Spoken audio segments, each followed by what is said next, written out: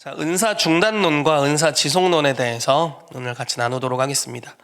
고린도전서 12장 7절에서 11절까지 말씀을 읽어보도록 하겠습니다. 각 사람에게 성령을 나타내심은 유익하게 하려 하심이라. 어떤 사람에게는 성령으로 말미암아 지혜의 말씀을, 어떤 사람에게는 같은 성령을 따라 지식의 말씀을, 다른 사람에게는 같은 성령으로 믿음을, 어떤 사람에게는 한 성령으로 병 고치는 은사를, 어떤 사람에게는 능력 행함을, 어떤 사람에게는 예언함을, 어떤 사람에게는 영들 분별함을, 다른 사람에게는 각종 방언 말함을, 어떤 사람에게는 방언들 통역함을 주시나니 이 모든 일은 같은 한 성령이 행하사 그의 뜻대로 각 사람에게 나누어 주시는 것이니라. 아멘. 자, 성령의 은사에 대해서 잘 나오고 있는 성경 구절입니다. 자, 은사 중단론 논쟁에 대해서 이야기해 보도록 하겠습니다. 은사 중단론이라는 신학적인 흐름이 있습니다. 이걸 제가 좀 검색해서 공부를 해봤는데 이게 신학적인 용어로 영어로도 딱 있더라고요. 그러니까 은사 중단론이라는 신학적인 그런 이름이 딱 있고요. 은사 지속론이라는 신학적인 그 명칭이 명확하게 있더라고요. 그래서 재밌었습니다. 자, 교회사의 역사 속에서 성령의 은사는 복음을 증거하고 교회 공동체를 세우는 핵심 요소로 이해되어 왔습니다. 이거 당연하죠. 그렇죠? 여러분, 마가복음 16장에 보면요, 믿는 자들에게 이런 표적이 따르리니라고 말하면서 갑자기 표적과 기사에 대한 이야기를 많이 하십니다. 예수님이 말씀하신 거예요. 새 방언을 말하고 뱀을 집으며 무슨 독을 마실지라도 해를 받지 않고 병든 자에게 손을 얹으면 낫는다는 말씀을 하시죠. 그리고 그 바로 다음 구절이 뭐냐면 사도들이 복음을 증거할 때 주께서 따르는 표적으로 그 복음의 확실함을 증명해 주셨다. 이렇게 이야기를 하는 모습을 볼 수가 있습니다. 그러니까 은사들을 사용해서 복음을 증거했다는 이야기를 하고 있고요. 또 요한복음 14장 12절 말씀에는 예수님이 이렇게 말씀하시죠. 나를 믿는 자는 내가 하는 일을 그가 하고 이보다 더 큰 일도 하리니 이는 내가 아버지께로 감이니라. 근데 여기서 더 큰 일, 그리고 예수님이 한 일이라고 말할 때 예수님 복음 전했잖아, 예수님 착한 일 했잖아, 예수님 봉사했잖아, 이런 차원을 이야기한 게 아닙니다. 그 문맥상의 전체 구절을 보시면 빌립이 이렇게 질문을 해요. 아버지를 우리에게 보여주십시오. 나를 보면 아버지를 보았다. 예수님이 이렇게 말씀하세요. 근데 그걸로 못 믿겠다면 내 손으로 하나님이 하게 하시는 역사를 봐라. 그러면 아버지께서 나를 보내신 것을 네가 알게 될 거고, 결국 이제 이런 말이에요. 나와 아버지가 하나인 것을 네가 알게 될 것이다. 예수님의 손으로 하신 역사, 가나의 혼인잔치, 오병이어의 기적, 문둥병자를 고친 일, 혈루증 앓는 여인을 고친 일, 소경을 눈뜨게 하고 귀머거리를 다시 듣게 하고 죽은 자를 살린 일, 그러니까 수많은 기적들을 일컫는 것입니다. 그걸 네가 보면은 아버지께서 나를 보내신 것을 네가 알게 될 것이다.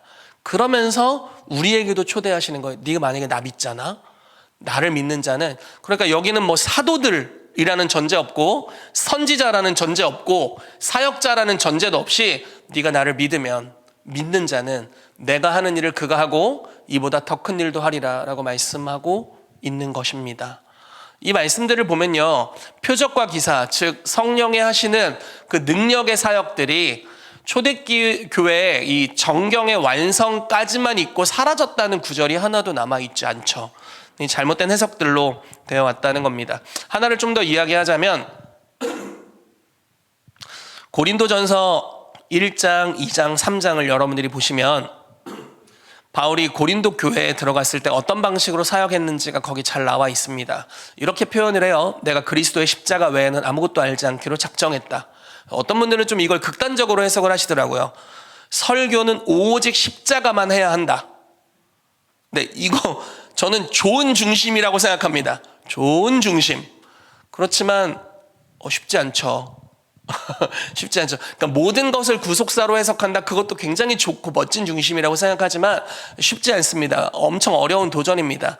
그러니까 성령의 은사 설교하지 말고 십자가만 설교해, 또는 성령의 은사 사용하지 말고 오직 복음만 말해, 이렇게 얘기를 하는 거예요.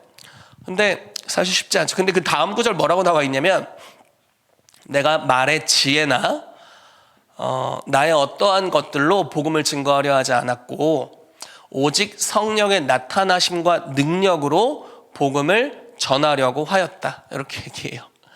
십자가를 성령의 능력으로 전했다라고 표현하는 거예요. 은사를 사용하는 게 여기 나와 있죠. 네, 성령의 나타나심과 능력으로 십자가의 복음을 전파했다. 그러니까 당연히 성령의 은사가 여기 쓰여 있다는 것을 우리가 알 수가 있죠. 자, 그래서 교회사의 역사 속에서 성령의 은사가 복음을 증거하고 교회 공동체를 세우는 핵심 요소였다는 것을 알 수가 있습니다. 그러나 교회사의 일정 시점 이후에 일부 신학자들에 의해 은사의 지속 여부를 둘러싼 논쟁들이 발생하게 됩니다. 그러니까 교회 역사를 좀 알면은 왜 이럴 수밖에 없었는지 이해가 좀 되기는 해요. 옳은 것은 아니어도요. 특히 근대 이후 은사 중단론은 사도시대 이후 초자연적 은사가 중단되었다고 주장하며 교회 내에서 광범위한 영향을 미쳤습니다. 한국도 영향을 많이 받았습니다. 왜냐하면 이 근본주의적인 경향의 신학을 가진 교단이 한국에 꽤 많이 있습니다. 그 중에 뭐 장로교 합동, 뭐 고신 이런 교단들이 있죠. 네, 좋은 일들을 또 많이 하십니다. 왜냐하면 성경의 그 권위를 지켜나가려는 그런 그 중심이 있기 때문에 굉장히 말씀 중심적인 일들을 하지만 좀 이렇게 은사는 위법이다까지 이제 거의 가게 되는 거죠. 자, 반면 은사 지속론은 성령의 사역이 오늘날에도 동일하게 역사한다라고 보고 있습니다. 그래서 이 강의에서는 은사주의 신학의 관점으로 은사 중단론의 교회사적 배경과 신학적 근거를 분석하고 성경적 해석을 통해 은사 지속성을 변증하고자 합니다. 네, 그래서 평소에 저희가 하던 느낌이 아니죠. 막 활성화하는 그런 느낌이 아니라 조금은 논쟁적인 그런 강의가 될 수 있습니다. 자, 은사중단론의 역사적 발생, 어떻게 발생됐는지. 자, 은사중단론의 사상적 뿌리는요, 아우구스티누스, 그러니까 여러분 어거스틴이라고 하면 이해가 좀 편할 것 같아요. 성 어거스틴이라고 말할 때 그 사람입니다. 그는 초기 저작에서는 은사의 지속을 인정했어요. 그러나 후기에는 기적은 사도시대에 국한되었다라고 보았습니다. 네, 좀 안타깝죠. 아마 여러 이슈가 있었을 것 같아요. 신비주의에 빠져있는, 그러니까 비성경적인 기적을 추구하는 이단 집단이 있었고요, 실제로. 몬타니우스라는 그런 집단이 있었어요. 그리고 기적이 조금씩 사라져가는 그 시대의 악함이나 연약함들도 분명히 있었을 것이고요. 그리고 교회 안에서 은사를 사용함으로 교회 질서를 해치는 자들도 있었을 겁니다. 그러니까 이제 그런 기적을 이야기하면 이상한 사람들 이렇게 가게 되는 경향성이 짙었던 거죠. 네, 이러한 입장은 중세 스콜라 신학과 종교개혁 시대에 이르러 점차 제도화되었습니다. 그래서 아우구스티누스, 그러니까 성 어거스틴은요, 은사에 대해 열린 마음이 있었지만 점차 닫히는 경향으로 갔어요. 근데 없다라고 이야기하지는 않습니다. 근데 이렇게 조금씩 닫혀가는 경향을 보여요. 근데 이제 이 중세 시대는 가톨릭 시대이고요. 종교개혁이 일어나기 거의 거기와 맞닿아 있는 시대입니다. 이 시대, 이제 11세기부터 15세기인데요. 이때 스콜라 신학이 유행을 하게 돼요. 제가 스콜라 신학, 옛날에 배웠던 교회사 책을 다시 열어봐야 되나 이런 생각이 들었는데 다행히 좀 좋은 자료들을 잘 찾을 수가 있었습니다. 11세기에서 15세기 유럽 교회에서 발달한 신학사조로 신앙과 이성의 조화를 추구한 체계적 신학이었습니다. 그러니까 신학을 학문적, 논리적 체계로 정립하려는 경향이 있었고 성경 그리고 교부의 전통을 이성적 논증으로 통합하려는 시도가 있었습니다. 아리스토텔레스 철학의 영향을 받아서 자연과 은혜, 신앙과 이성, 그러니까 이게 사실 좀 대척점에 있을 수 있는 영역이잖아요. 근데 이거를 좀 통합하려고 했다라는 거예요. 이성과 질서를 구분했고 기적, 은사, 계시보다는 이성적 추론과 교의 체계, 그러니까 교리 체계라고 하면 좀 이해하기 편하실 겁니다. 교의 체계가 강조되던 시기였다. 그래서 성령의 즉각적 역사보다 교회의 성례와 제도를 통해 은혜가 전달된다고 보는 성례 중심 신학이 확립되었습니다. 성례라는 것은 성찬, 세례 내지는 침례 이런 것들을 이야기하는 거예요. 자, 중세교회는 왜 은사중단론의 경향으로 갔는가? 자, 첫 번째 이유는요, 교회의 권위구조 확립을 위해서였습니다. 자, 중세교회는 사도적 권위가 사도들의 계승자, 즉 교황과 성직 제도를 통해 이어진다고 보았습니다. 따라서 성령의 은사나 직접적인 계시가 개인에게 임한다는 주장은 교회의 제도적 권위를 위협하는 요소로 간주되었다라는 거예요. 그러니까 은사를 사용하게 되면 사람들이 몰리잖아요. 그 사람에게 권위를 부여하는 경향이 생기잖아요. 그래서 이걸 위협 요소, 조금 표현 안 좋지만 정치적 위협 요소로 본 겁니다. 그러니까 우리의 권위가 빼앗길 수 있고 그것은 이 중세교회의 질서를 어지럽힐 수 있다라는 걸로 간주했다라는 거죠. 그래서 그 결과 은사 활동은 사도 시대의 특수한 현상으로 제한되어야 한다는 논리가 강화되었다. 자, 이게 그 당시에 유명한 신학자 토마스 아퀴나스예요. 이 사람 그리스도를 본받아라는 책을 쓰신 분 같은데요. 사도들의 기적은 그들의 사도직을 증명하기 위한 것이며 그 이후의 교회는 성례와 교리로 동일한 권위를 계승한다. 좋죠. 되게 은혜로운 말인데 기적이 그 당시에 이 중세 교회에 성령으로 말미암는 기적의 역사들이 많이 말라 있었던 것을 우리가 엿볼 수 있습니다. 자, 두 번째로요. 성례전 중심의 은혜 이해입니다. 스콜라 신학은 하나님의 은혜가 성례전을 통해 객관적으로 전달된다라고 보았습니다. 즉 성령의 직접적인 은사보다는 교회의 제도, 성례라는 거 아까 말했던 것처럼 침례, 세례, 그리고 성찬 이런 것들이에요. 성례 그리고 사제를 통해서, 그러니까 신부님을 통해서, 그리고 미사, 예배를 통해서, 그러니까 어떤 예식을 통해 하나님의 은혜가 흘러간다. 그런 기적을 통해서가 아니다. 이렇게 보았다라는 거죠. 이런 신학 구조는 자연스럽게 직접적 성령 체험이나 예언 방언 같은 은사적 체험을 비본질적 또는 위험한 것으로 보는 태도로 이어지게 되었습니다. 자, 세 번째 이유는요, 계시의 종결 이해입니다. 이게 뭔 소리냐면 토마스 아퀴나스와 이후 스콜라 신학은 성경과 교회의 전통 속에 계시가 완결되었다는 인식을 가졌어요. 그러니까 정경이 완성된 거죠. 그러니까 신약에 구약 39권 이미 있었고 신약에 27권. 그래서 어떤 사도가 어떤 글을 썼고 이것을 정경으로 인정하느냐라는 교회사의 그 여정이 있었습니다. 그래서 이게 이미 성경 27권이 하나님의 말씀으로 인정되었기 때문에 더 이상 여기 계시가 들어가는 것은 위험하다라고 본 거예요. 그래서 새로운 예언이라고 말할 때 약간 성경을 다시 쓰는 것 같은 느낌을 받는 거죠. 그리고 기적, 이 당시에 바울의 사도성 같은 것들은 사실 바울은 이방인의 사도였잖아요. 12사도가 아니었죠.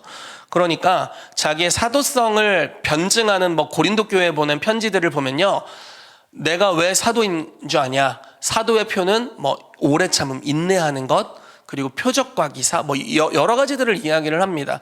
그러니까 표적과 기사가 바울의 사도됨의 표징이었고, 그가 쓴 저작들, 다른 말로 해서 그가 보낸 서신들이 하나님의 정경으로 인준할 수 있는 그런 증명서 같은 거예요. 이 표적과 기사가. 그러니까 오늘날 기적이 일어나는데 어떤 이가 성경에서 말하는 것과 다른 이야기를 하면 이게 좀 이상해지는 거죠. 이미 정경이 완성됐으니까. 그래서 이런 신비적인 일들에 대해서 위험한 걸로 여겼다라는 겁니다. 계시가 종결되었으므로 초대교회 시기의 은사는 그 시대의 계시 확증을 위한 것이었다. 그리고 더 이상 그런 건 없다. 왜냐하면 이제 성경을 통해서 들을 수 있다. 이렇게 한 거예요. 하나님이 이제 직접 말씀하실 필요 없어. 성경을 듣고 성경을 해석하는 설교를 듣고 성례를 통해서 너희 은혜 받을 수 있다. 이렇게 말하는 제도가 생겼다라는 겁니다. 자, 미신적 운동에 대한 반작용으로 또 이런 은사중단론적인 흐름이 가게 됐습니다. 중세 말에는 이단 운동, 몬타니우스 제가 아까 말씀드렸죠. 영성주의 단체, 뭔지 정확하게는 모르겠습니다. 그런데 어쨌든 좀 성령의 은사를 사용하거나 기적을 주장하거나 계시를 주장하는 그런 단체들을 통해서 교황권을 대적한 겁니다. 네, 성령의 계시와 기적을 주장하며 교황권을 반대했고요. 이에 대한 반동으로 교회는 성령의 특별한 은사는 사도시대 이후 중단되었다는 교리를 더 명확히 제도화했습니다. 자, 결론입니다. 스콜라 신학은 은사를 교회의 초대 단계에서 필요했던 임시적 현상으로 간주하게 됩니다. 이게 아마도 교회 질서를 유지하고 그리고 교황권을 유지하려는 정치적인 의도였죠. 자, 그 이유는 교회의 권위 유지, 성례전 중심의 은혜 이해, 공적 계시의 종결 교리, 이단적 영성 운동에 대한 방어 때문이었다. 결국 이 시기에는 은사 중단론이 공식 교리로 명문화되지는 않았지만 교회 제도와 신학 체계 속에서 사실상 제도화된 형태로 굳어지게 됐다라는 겁니다. 자, 그러면 종교개혁자들도 은사중단론적인 흐름이 좀 있었거든요. 왜 이런 배경을 갖게 됐는지를 좀 보도록 할게요. 자, 16세기 초 종교개혁자들은 로마 카톨릭의 미신적 기적 신앙과 성인 숭배, 성물 중심의 신앙을 강하게 비판하고 있었습니다. 그렇죠? 그러니까 막 교황을 비롯해서 어떤 이 사제들이 기적을 행한다는 이야기들이 있는데 정말 비성경적인 거예요. 여러분, 그 당시에는 성경이 라틴어로 번역되어 있었습니다. 못 읽어. 왜냐면 라틴어 그 당시 언어 아니거든요. 못 읽어. 신부들도 잘 못 읽어. 이렇게 해석하시면 돼요. 신학교에서 헬라어 히브리어 가르치잖아요. 근데 그러니까 우리가 보는 모든 성경이 헬라어 히브리어로 돼 있는 거야. 한국어로 안 돼 있어. 번역이 안 돼 있다고요. 못 읽어. 1년 배운다고 읽을 게 아니야. 그러니까 신부들도 라틴어 정확하게 막 꿰뚫어 알지는 못해요. 그리고 일반 성도들 몰라. 그러니까 오직 사제를 통해 전파되는 말씀을 통해서 그걸 듣게 되는데 문제는 그 사제도 성경적인 베이스가 너무 약한 거죠. 그러면서도 신비적인 것들을 사람들의 마음을 끌어모으거나 정치적으로 이용하기 위해 신비적인 것들을 사용했고요. 뭐 그런 거 있죠. 성인을 숭배하는 것, 연옥설, 그리고 면죄부를 주는 것들, 뭐 교회 헌금하면 너 면죄, 뭐 이렇게 죄를 면해주는 그런 이상한 것들이 이제 막 등장하면서 이 비성경적인 기적 역사에 대한 것들을 강하게 반박을 종교 개혁자들이 한 것입니다. 이해가 되죠? 그렇죠?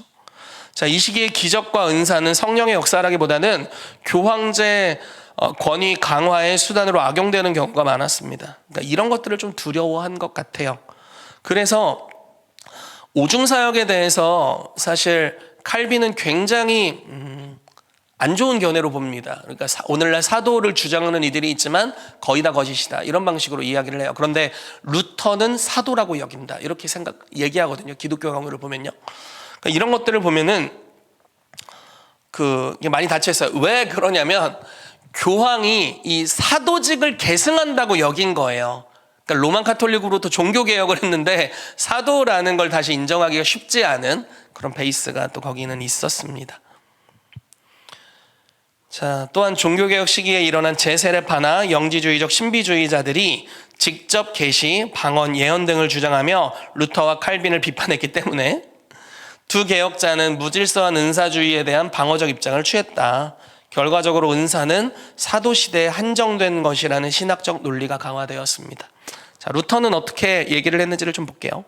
루터는 가톨릭 교회의 기적 남용을 가장 강하게 비판한 인물입니다. 왜 그게 가능했냐면 이 사람은 신부님이었잖아요. 그리고 성경의 정통한 학자였습니다.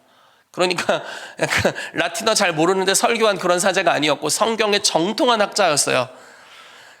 성경을 아는데 오늘날 교회들 가운데서 이루어지는 잘못된 만행들을 보는 거죠. 그래서 이제 95개조 반박문 같은 거를 쓰게 되는 거예요.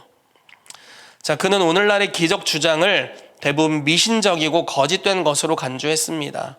그러나 그는 성령의 내적 사역, 그러니까 중생, 내면에서 역사하시는 사역들, 중생 나를 거듭나게 하고 말씀의 조명, 말씀을 들을 때 또는 읽을 때 깨닫게 하시는 성령의 내적 사역은 현재도 계속된다고 확신했다. 그러나 이제 뭐 치유나 능력 행함이나 이런 역사들은 좀 이렇게 안 좋게 본 거죠. 루터는 이렇게 말했다. 복음의 확증을 위한 기적은 사도 시대의 필요였다. 복음이 이미 확립되었으므로, 다른 말로 표현하자면 복음의 내용이 뚜렷해졌고 정경이 이미 완성되었기 때문에 더 이상 초자연적 은사는 필요하지 않다. 말씀이 은혜의 수단이며 믿음 자체가 가장 큰 기적이다. 그러니까 표적과 기사가 기적이 아니라 내 안에 하나님이 믿음을 창조해 주셨다는 것이 가장 큰 기적이다. 은혜가 되는 말씀이죠. 네, 맞는 말이에요. 네, 은사 자체를 부정하지 않지만 오늘날의 기적 주장은 대부분 거짓 혹은 불필요하다 이렇게 주장했습니다. 자, 칼빈은 어땠는지 볼게요. 칼빈은 제네바 교회에서 제세례파와 신비주의적 예언운동을 격렬히 비판했습니다. 그들은 성령의 새 계시를 주장하며 성경 외의 영적 체험을 강조했는데 칼빈은 이런 운동을 하나님의 말씀을 경시하고 성령을 빙자한 혼란이라고 판단했습니다. 여러분 기독교 강요를 보시면 한번 안 읽어본 분들은 읽어보면 좋아요. 칼빈이 사실 언어가 굉장히 셉니다. 좀 깜짝 놀랐어요. 어렸을 때 제가 기독교 강의를 읽었을 때 깜짝 놀랐습니다. 왜냐하면 이 천주교에 대한 비판의 그 어조가 엄청 강해요. 막 거의 뭐 지옥에 담금질해야 된다 이런 수준으로 이야기를 합니다. 훨씬 더 세게 얘기했어요. 그러니까 이런 이 천주교에 대한 비판, 종교개혁자니까요. 그리고 이런 기적을 이야기하는 사람들에 대한 비판을 한 거죠. 그는 성령의 역사를 말씀을 통해 질서 있게 역사하시는 분으로 이해했고 그 결과 초자연적 은사들은 사도시대의 복음 확증을 위한 한시적 은혜, 그 시대만을 위한 은혜라고 보았답니다. 기적은 사도시대의 복음 선포를 확증하기 위한 표적이었고요. 복음은 이미 전 세계에 확립되었기에 표적의 필요가 사라졌다. 기적보다 더 확실한 증거는 말씀과 성령이다. 그러니까 정경이 완성되기 전에는요, 이 사도들이 그걸 저작을 했잖아요. 그러니까 이게 하나님의 말씀이라는 걸 확증할 수 있는 보이는 증거물이 없습니다. 그렇기 때문에 표적과 기사가 이 말씀이 하나님으로부터 왔다는 것에 대한 증빙이 되는 거죠. 그렇지만 이미 하나님의 말씀, 정경이 확립되었기 때문에 이제 기적보다 더 확실한 증거는 하나님의 말씀과 성례이다. 성령의 역사를 부정하진 않지만 사도적 은사는 사도시대와 함께 사라졌다. 이렇게 본 겁니다. 자, 계몽주의. 이제 좀 현대의 이 은사 중단론이 이게 고착됐는지가 이제 여기서 좀 명확하게 나옵니다. 계몽주의와 근본주의 운동 때문에 그런 일이 일어났어요. 자, 역사적인 맥락은요, 계몽주의 17, 18세기 이성, 경험, 그리고 자연 법칙의 보편성이 강조되었습니다. 전통적 권위, 이게 교회에 대한 권위, 뭐 교황, 전통 이런 것보다 이성과 과학적 검증을 신뢰하게 됐어요. 자연과학이 그 당시 발달했습니다. 코페르니쿠스 들어보신 적 있나요? 그런 노래 있죠. 지구는 둥구니까 우리가 앞으로 계속 나가면 온 세상 어린이들을 다 만나고 오겠네. 어릴 때 많이 불렀던 그걸 주장한 사람이에요. 지구는 둥글다. 그리고 해가 지구를 뺑뺑이 도는 게 아니다. 지구가 해를 중심으로 돌고 있다는 걸 주장한 사람입니다. 갈릴레이도 같은 영역을 주장했고요. 뉴턴은 이제 만유인력의 법칙, 뭐 중력의 법칙 이런 것들을 이야기한 과학자이면서도 신학자예요. 뉴턴은 굉장히 신앙이 좋았던 분으로 제가 알고 있습니다. 그러니까 이런 자연과학들이 발달되는 거예요. 그래서 과학의 발달을 통해서 성경이 과학적으로 타당한가를 이제 재단하기 시작하는 시대가 된 겁니다. 자연계는 법칙에 따라 작동한다는 세계관을 공고히 했고요. 초자연적 간섭, 기적은 점차 예외적이고 의심스러운 사건으로 취급되었습니다.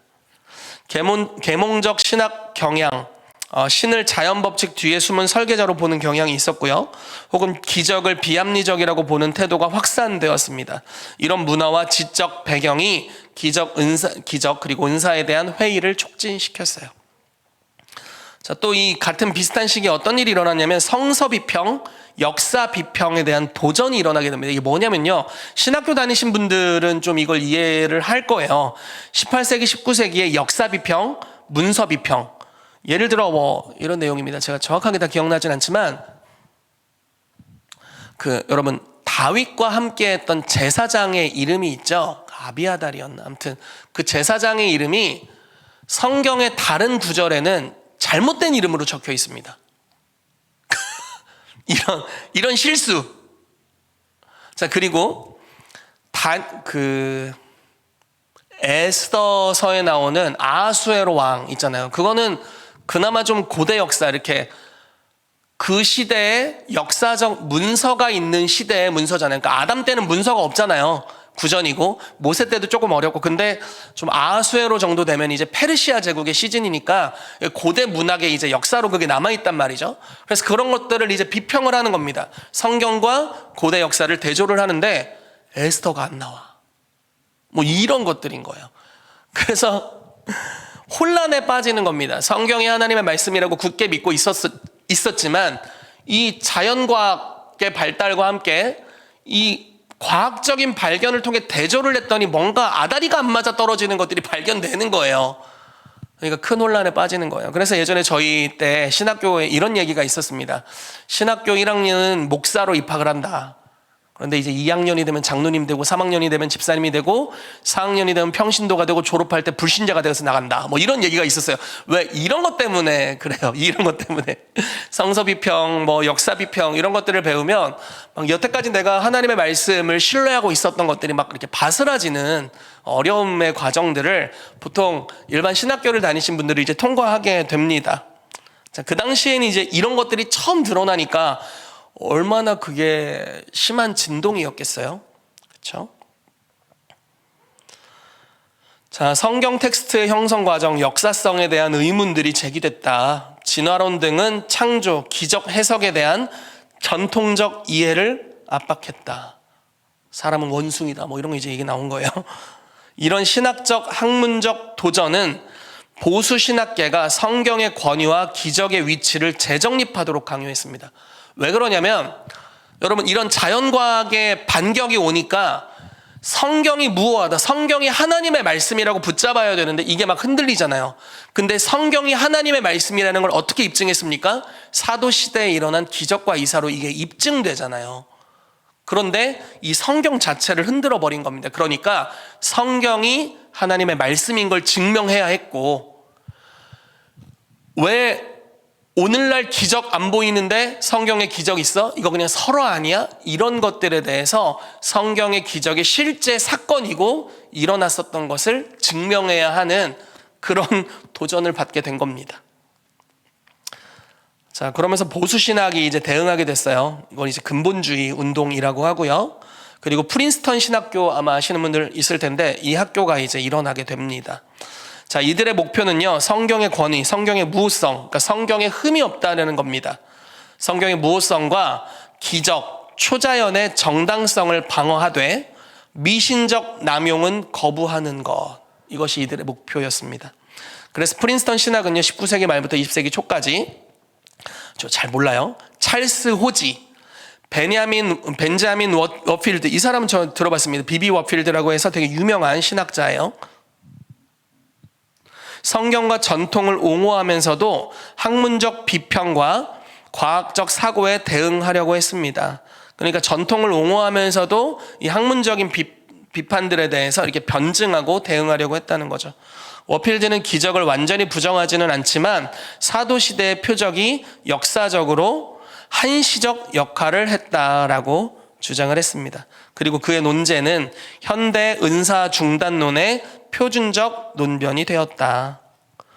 자, 사도적 확증, 표적과 기사가 일어났었고, 그리고 그런 기적의 시대와 함께 사도들이 쓴 글, 그들의 사도성을 통해서 정경이 완성됐다. 그래서 계시가 종결됐다. 그래서 더 이상 은사가 필요하지 않다. 즉, 기적이 필요하지 않다.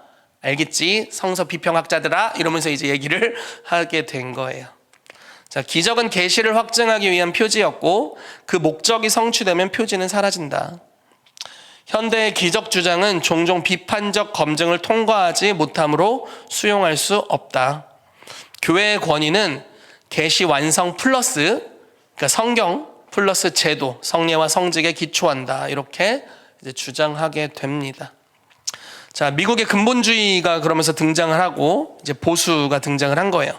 19세기 말 20세기 초 미국에서는 현대주의, 성서 비평과 자유신학, 그러니까 뭐 자유주의 신학이라고 이야기하는 것들이에요. 이게 근본주의 간에 이제 충돌이 격화됐습니다. 근본주의자들은 성경적 진리, 기적, 예수의 신성 등을 지키려 했지만, 그러니까 여러분, 예수님이 동정녀 마리아에게서 태어났다, 이거 기적이잖아요. 이거 설명이 안 되잖아요. 죽은 나사로 살아난다, 이거 기적이잖아요. 그러니까 이런 성경 속에 기록된 기적의 역사를 지켜야만 이 말씀이 하나님의 말씀이라는 걸 변증할 수 있는 겁니다. 근데 동시에 워필드처럼 초자연적 사건을 경계적, 제한적으로 수용하는 경향이 있었다는 거예요. 자, 결과적으로 근본주의는 기적을 완전히 부정한 것이 아니라 무분별한 기적주의, 미확인 주장, 사이비 치유 등을 경계하면서 보수적 신학 질서를 지키려 했다. 이 과정에서 은사 중단론적 색채가 강해졌다라는 겁니다. 자, 그래서 핵심이 이겁니다. 자, 목적. 사도적 표적은 복음의 초창기 확증용이다. 더 이상 기적 없다. 계시 종결. 성경이 완성됐으므로 새로운 계시 필요 없다. 예언 안 해도 된다. 왜냐하면 성경 완성됐다. 자, 경험적 회의. 현대의 기적 주장은 경험적으로 검증되기 어렵거나 거짓일 가능성이 높다. 막 치유됐다고 얘기하는데 알고 봤더니 뻥이었다. 뭐 이런 거. 교회 질서 유지. 은사가 개인적, 혼란적으로 사용될 때 교회 질서가 무너진다. 그래서 은사가 이제 풀어지면, 성령님의 역사가 사실 풀어지면 이렇게 뭔가 유연해지잖아요. 그러니까 박스 안에 하나님을 가둘 수 없게 됩니다. 그리고 성도도 가둘 수가 없게 돼요. 그래서 약간 유연하게 이렇게 꿀렁꿀렁하는 흐름이 생기죠. 그렇기 때문에 그거 싫어하는 거예요. 그래서 제도적 통제를 선호하게 되는 겁니다. 자, 은사 중단론의 신학적 근거와 성경 해석을 볼게요. 자, 신학적인 근거 1번 계시의 완결성. 중단론자들은 성경이 하나님의 완전하고 최종적인 계시라고 주장합니다. 이거 당연히 맞습니다. 저희도 이거 동일하게 믿어요. 그런데 이제 그 뒤가 좀 다른 거예요. 따라서 예언이나 방언과 같은 새로운 계시적 은사는 성경의 권위와 충돌한다고 본다. 이거는 좀 잘못됐죠. 그렇죠? 네. 디모데후서 3장 16절을 그래서 주장하는 겁니다. 모든 성경은 하나님의 감동으로 된 것으로 교훈과 책망과 바르게 함과 의로 교육하기에 유익하다. 자, 두 번째, 사도직이 종결됐다.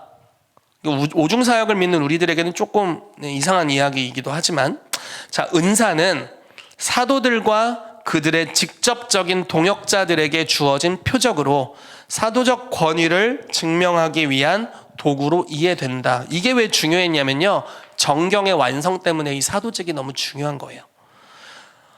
그리고 이 사도직을 증명하기 위해 이제 은사들이 쓰여졌다, 기적이 쓰여졌다는 거죠. 근데 사도들이 죽은 이후 교회의 기초가 이미 세워졌기 때문에 이 은사는 더 이상 지속되지 않는다. 오늘날 사도는 없다. 명함 파지 마라. 뭐 이런 내용입니다. 에베소 2장 20절 너희는 사도들과 선지자들의 터 위에 세우심을 입은 자라. 그리스도 예수께서 친히 모퉁이 돌이 되셨느니라. 자, 교회의 기초는 사도 시대에 이미 완성되었으므로 이후의 표적은 불필요하다. 자, 기적의 목적. 자, 기적이 왜 일어나야 되냐? 계시를 인증하기 위해서다. 즉 정경이 하나님의 말씀인 걸 인증하기 위해서 기적이 필요하다. 자, 기적은 신앙의 일상적 요소가 아니라 새로운 계시를 인증하는 표적으로 이해됩니다. 요거는 어느 부분은 중요해요. 여러분, 기적은 항상 표적이거든요. 그러니까 기적 자체가 목적이 아닙니다. 표적, 표지판이라는 거예요. 저 오늘 여기 올 때 고속도로 타고 왔습니다. 표지판 보고 내비게이션 보면서 왔어요. 표지판이 목적지가 아니죠. 기적은 목적지가 아니에요. 그 기적을 통해서 예수 그리스도가 주 되심을 이제 인증해 주는 겁니다. 이렇게 안내해 주는 표지판으로서의 기능을 해요. 자, 구약 시대의 모세, 엘리야, 신약의 예수, 사도 시대에 집중적으로 나타났다는 패턴을 강조합니다. 자, 사도행전 2장 43절 사람마다 두려워하는데 사도들로 말미암아 기사와 표적이 많이 나타났다. 그래서 이분들이 주장하는 핵심 구절들 여러 개가 있어요. 고린도전서 13장 8절에 10절 사랑은 언제까지나 떨어지지 아니하되 예언도 패하고 방언도 그치고 지식도 패하리라. 우리는 부분적으로 알고 부분적으로 예언하니 온전한 것이 올 때에는 부분적으로 하던 것이 패하리라. 그래서 여기서 온전한 것을요, 신약 성경의 완성 혹은 교회의 성숙한 단계로 보고 있습니다. 그래서 성경의 완성 이후에는 은사가 중단되었다는 논리로 해석을 하는 거예요. 나중에 이제 변증이 나와요. 이거 제가 얘기한다고 설득력 있는데 믿고 싶어 그러지 마시고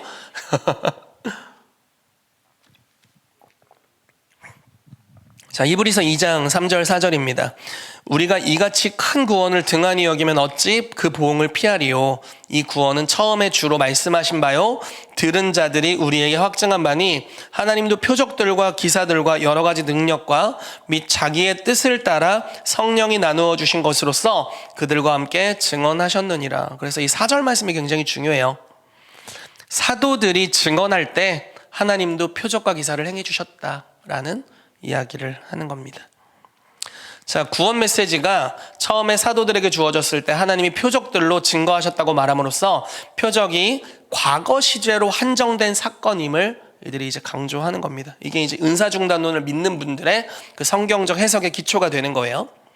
자, 즉 복음의 초기 확증 이후 기적이 필요하지 않다는 논리가 되는 겁니다. 에베소서 4장 11절 13절 그가 어떤 사람은 사도로 어떤 사람은 선지자로 어떤 사람은 복음 전하는 자로 어떤 사람은 목사와 교사로 삼으셨으니 이는 성도를 온전하게 하여 봉사일을 하게 하며 그리스도의 몸을 세우려 하심이라. 우리가 다 하나님의 아들을 믿는 것과 아는 일에 하나가 되어 온전한 사람을 이루어 그리스도의 장성한 분량이 충만한 데까지 이르리니. 그래서 이 말씀을 주장하면서 사도와 선지자는 일회적 직분, 그러니까 그 시대만 있었고요. 왜냐면 교회 기초가 되어야 했으니까. 아까 제가 해석했죠. 사도는 신약, 선지자는 구약.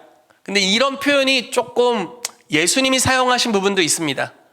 그러니까 예수님께서 너희가 선지자와 율법과 시편에 나에 대하여 기록된 것을 알지 못하느냐 이런 표현들을 쓰셨어요. 그래서 구약을 선지자로 대치해서 표현할 수가 있어요. 그러니까 이분들이 이상한 주장을 하는 건 아닙니다. 근데 이제 사도와 선지자는 일회적 직분, 그리고 그들의 역할은 계시, 기초를 세우는 것으로 완료되었다. 오늘날에는 목사와 교사가 그 역할을 이어받는다라고 주장합니다. 여러분, 그래서 종교개혁이 일어나면서 사실 사역자의 직분을 성경에서 이제 오중사역을 이야기하죠. 근데 그거 위에 머리 두 개지 쳐버렸어요. 왜냐하면 교황의 사도성을 계승한다는 그런 것들로 인해서 그 교황의 권위를 입증하려고 그 사도성을 막 강조했던 것에, 그러니까 쉽게 말해 신물이 나는 거이지 않았을까 싶어요. 그리고 기적, 그러니까 선지자가 기적과 굉장히 밀접하죠. 그러니까 기적을 행하는 수많은 교회 안에서 자양되었던 기적이라고 말하지만 사실 다 거짓이었던 그런 것들이 너무 많았던 겁니다. 그래서 잘라버리는 거예요. 그래서 우리는, 자, 천주교는 이렇게 얘기했습니다. 성경이 성경인 이유는 교회가 성경을 하나님의 말씀으로 인준했기 때문이다. 이거 되게 무서운 말이에요. 이게 그 당시 로만 카톨릭에서 일어났던 일입니다. 종교개혁 직전에요. 자, 성경이 왜 성경이냐? 교회가 성경을 하나님의 말씀으로 인준했기 때문이다. 이런 느낌이 어때요? 교회가 성경보다 더 권위 있는 것 같지 않나요? 이게 문제였던 거예요. 그 시대에. 그래서 종교개혁자들이 주장한 건 교회가 성경을 인준한 것이 아니다. 교회는 하나님의 말씀에 순복해야 된다. 교황 무호하지 않다. 하나님의 말씀이 무호하고 하나님의 말씀이 거룩하고 완전한 계시이다. 그래서 교회는 하나님의 말씀의 토대 위에 지어져 가야 된다는 그런 개혁이 일어난 겁니다. 그러니까 그런 것들의 강조성, 기적에 대한 잘못된 사용들, 기존의 사도와 권위자들에 대한 반발들, 이런 것들이 같이 돼서 오중사역이라는 것이 이 개혁교회, 그러니까 오중사역이라는 것이 종교개혁 이후에 이 개신교 안으로 들어오기가 굉장히 어려웠던 겁니다. 그리고 기적의 역사들이 들어오기가 좀 어려웠죠. 이런 배경이 있었습니다. 그렇다면 이제 은사지속론에 대해서 좀 이야기를 하면서 좀 마무리를 해보도록 하죠. 은사지속론이 이제 우리가 믿는 것들입니다. 자, 은사지속론의 성경적 근거.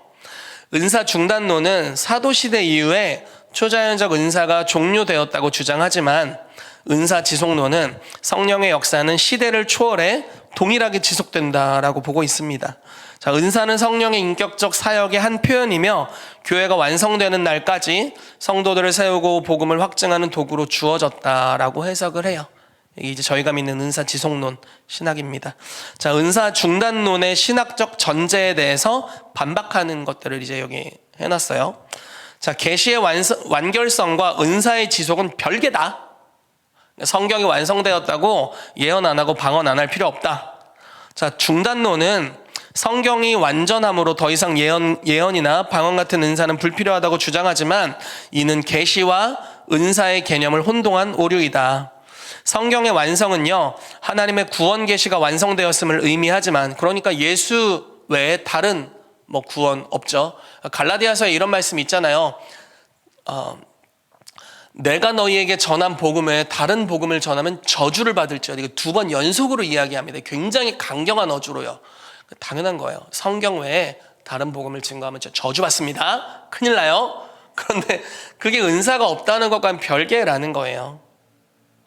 성령의 은사는 그 완성된 복음을 적용하고 확증하는 능력입니다. 이게 바울의 삶에서 일어났잖아요.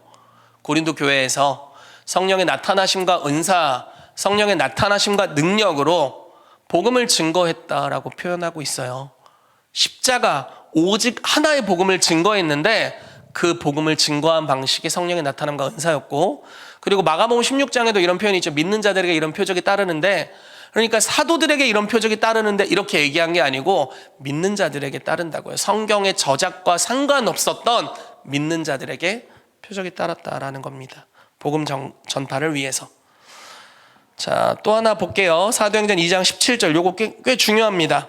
하나님이 말씀하시기를 말세. 자, 말세. 요 말세 중요해요. 내가 내 영을 모든 육체에 부어주리니 너희 자녀들은 예언하고 너희 젊은이들은 환상을 보고 너희 늙은이들은 꿈을 꾸리라. 자, 성령의 은사는 특정 시대에 국한된 것이 아닙니다. 왜냐하면 국한됐다는 표현이 없어요. 여기 뭐라고 말하냐면 말세에 보편적으로 주어질 것이다. 이 말세 언젠가요? 말세다 하다가 이제 말세 지말까지 나왔어요. 말세 끝이다까지 나왔는데, 자, 신약 교회가 바로 이 말세 시대 안에 있어요. 여러분, 그때도 말세, 지금도 말세입니다. 그러니까 세상의 끝이라는 말이죠. 히브리서 1장 2절 말씀 나중에 한번 보세요. 이런 말씀입니다. 하나님께서 여러 부분 여러 모양으로 자기가 어떠한 하나님인지 조상들에게 나타내셨대요. 선지자들을 통해 나타내셨대요. 그러나 이 모든 날의 마지막에는, 이게 말세입니다, 아들을 통하여 우리에게 말씀하셨으니 그 아들이 하나님의 본체의 형상이요 이런 식으로 표현을 합니다. 그러니까 아들이 오시는 그 초림으로부터 시작해서 성령께서 강림하셨던 그 어간에 말세가 시작되었다라고 보는 것이 가장 신학적인 말세에 대한 해석입니다. 이해되셨죠? 그 말세라고 일컬어지는 예수님의 초림과 재림 사이의 요 기간이 성령을 모든 육체에게 부어주시는 시즌이다. 그리고 예언하고 환상 보고 꿈꾼다, 이렇게 얘기하고 있죠. 자, 사도직의 종결이 곧 은사의 종결을 의미하지 않습니다.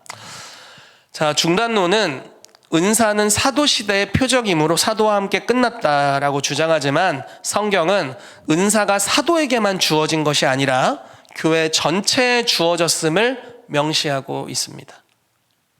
그렇죠? 또한 사도가 끝났다는 이들의 주장도 성경에서 증명할 수가 없어요. 사도가 그때 끝났다 이런 구절이 없습니다. 심지어 성경 저작에 관여했던 사도들 외에도 훨씬 더 많은 사도들이 신약 성경에 존재합니다. 할 말이 많아, 아주. 자, 고린도전서 12장 7절에 11절, 각 사람에게 성령을 나타내시면 유익하게 하려 하심이라. 그리고 뒤에 말씀이 나오죠. 여러분, 요 전에 보면요, 그리스도의 몸이라는 단어가 계속 반복됩니다. 그리스도의 몸, 그리스도의 몸, 그리스도의 몸, 계속 반복돼요. 그러니까 은사는 성령님이 사도들에게 준 것이 아니라 그리스도의 몸 전체에게 주셨다. 자, 로마서 12장 5절에서 8절도 같은 맥락입니다. 이와 같이 우리 많은 사람이 그리스도 안에서 한 몸이 되어 서로 지체가 됐다라고 말하면서 은사를 주셨다. 예언, 섬기는 일, 가르치는 일, 위로하는 일, 구제하는 일, 다스리는 일, 긍휼을 베푸는 일, 이렇게 말씀하십니다. 자, 그리스도의 몸에 은사가 주어졌다라는 거예요. 성령의 은사는 사도들만을 위해 주어진 것이 아니라 교회의 성장과 유익을 위해 그리스도의 몸인 교회의 모든 세대에게 주어진 지속적인 은혜이다. 자, 세 번째, 기적의 목적은요, 계시 인증, 그러니까 정경 인증만이 아니라 복음 선포의 동반 사역입니다. 자, 중단론은 기적은 복음의 초창기 인증 표적으로만 보지만 성경은 기적을 복음 선포와 동시에 동반되는 하나님의 현재적 역사로 제시하고 있습니다. 자, 마가복음 16장이 대표적인 구절입니다. 17, 18절. 믿는 자들에게 이런 표적이 따르리니 곧 그들이 내 이름으로 귀신을 쫓아내며 새 방언을 말하며 뱀을 집어 올리며 무슨 독을 마실지라도 해를 받지 아니하며 병든 사람에게 손을 얹은즉 나으리라 하시더라. 자, 예수님께서는 사도들이 아니라 믿는 자들에게 이런 표적이 따를 것이라고 말씀해 주셨어요. 시제상으로도 한정적 과거가 아니라 현재적, 미래적 지속성을 내포하고 있습니다. 자, 나았다. 그때까지만 나을 거다 이런 게 아니라 나으리라 이렇게 현재부터 미래로 확 열어놓고 있죠. 단어의 표현이요. 자, 요한복음 14장 12절. 내가 진실로 진실로 너희에게 이르노니 나를 믿는 자는 내가 하는 일을 그도 할 것이요 또한 그보다 큰 일도 하리니 이는 내가 아버지께로 감이라.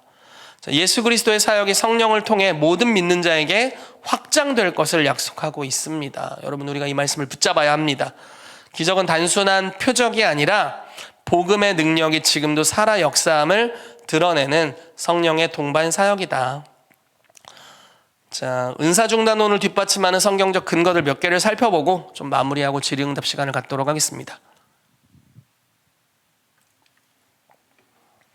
자, 고린도전서 13장 8절에서 12절의 바른 해석입니다.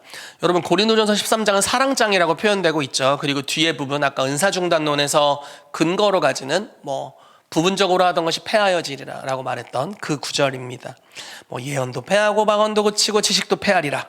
온전한 것이 올 때에는 부분적으로 하던 것이 패하리라 라고 말하는 그 온전한 것이 올 때를 어느 시대로 봐야 하는가에 대한 이슈입니다.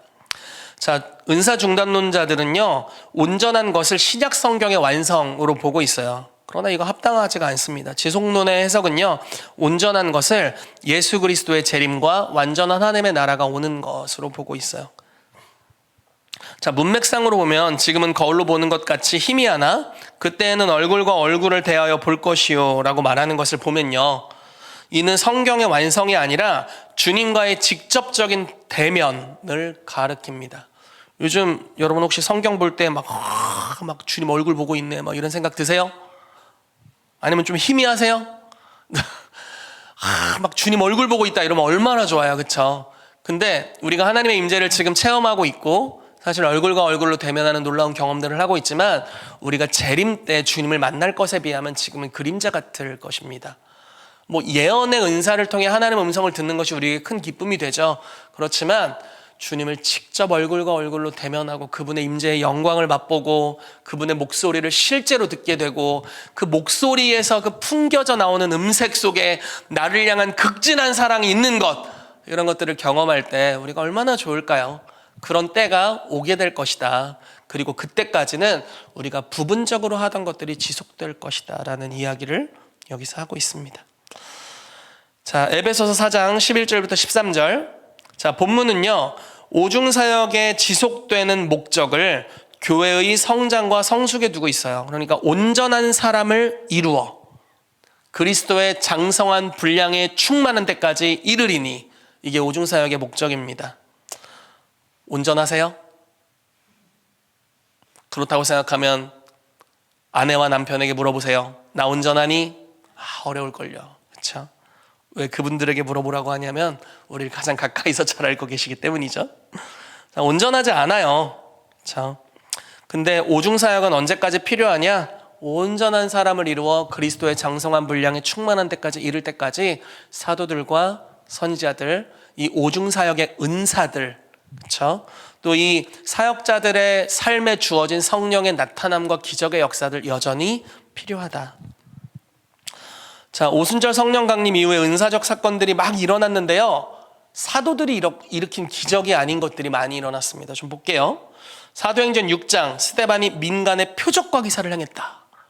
성경 쓰는데 상관없으신 분이네. 사도행전 8장, 빌립이 사도 아닌 평신도로서 기적을 행했다. 사마리아 성 전체를 고치고 구원하는 일을 했죠. 사도행전 9장, 그냥 경건한 성도님입니다. 아나니아가 병자를 고치고 예언했다. 이 병자가 사도 바울이에요. 네. 사도행전 11장, 안디옥에서 복음 전도의 기적이 역사하고 일어났다.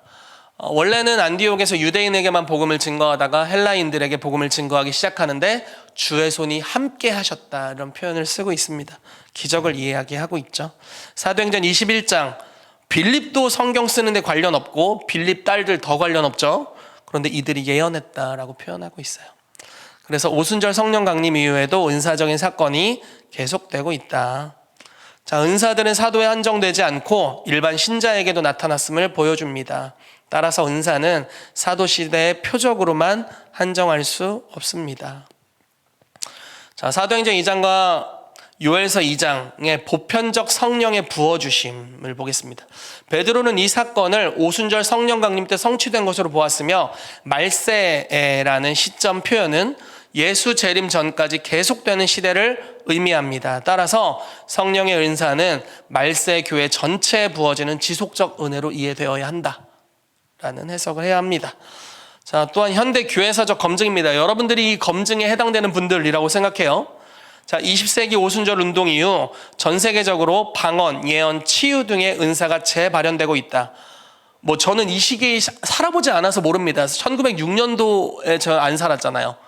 아마 여러분들 다 그때 안 살았을 거예요. 그렇죠? 그래서 그 이전 시대에 얼마나 은사가 메말라 있었는지 잘 모르겠어요.